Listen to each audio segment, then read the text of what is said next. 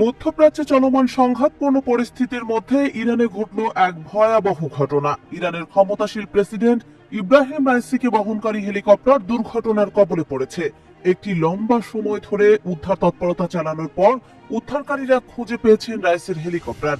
তবে এই মর্মান্তিক দুর্ঘটনায় রাইসিকে বহনকারী হেলিকপ্টারটি সম্পূর্ণ পুড়ে গেছে বলে খবর পাওয়া যাচ্ছে।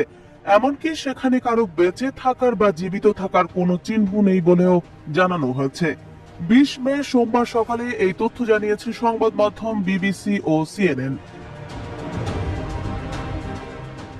বিবিসির তথ্য মতে প্রেসিডেন্ট ইব্রাহিম রাইসির হেলিকপ্টার দুর্ঘটনার মুখে পড়ার পর সেখানে কারো জীবিত থাকার কোনো চিহ্ন নেই বলে ইরানের রাষ্ট্রীয় টিভি প্রকাশ করেছে।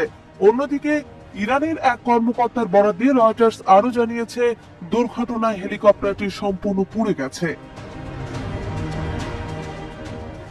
উল্লেখ্য যে ইরানের প্রেসিডেন্ট ইব্রাহিম রাইসিকে বহনকারী হেলিকপ্টার দুর্ঘটনার কবলে পড়ার বেশ লম্বা সময় পর অবশেষে উদ্ধারকারীরা রাইসির হেলিকপ্টার খুঁজে পান। তবে ইরানি এই প্রেসিডেন্ট ও তার সঙ্গীরা বেঁচে আছেন কিনা সেটি তখনও নিশ্চিত করে বলা যায়নি। ইরানের স্থানীয় গণমাধ্যম জানিয়েছে রবিবার প্রেসিডেন্ট রাইসি আজারবাইজানের সীমান্তের কাছে কিচকালাসি এবং খোদাফারিন বাঁধ দুটো উদ্বোধন করেন।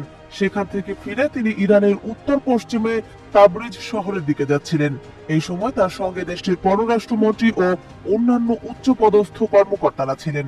তাবরিজে ফেরার পথেই হেলিকপ্টারটি বিধ্বস্ত হয়।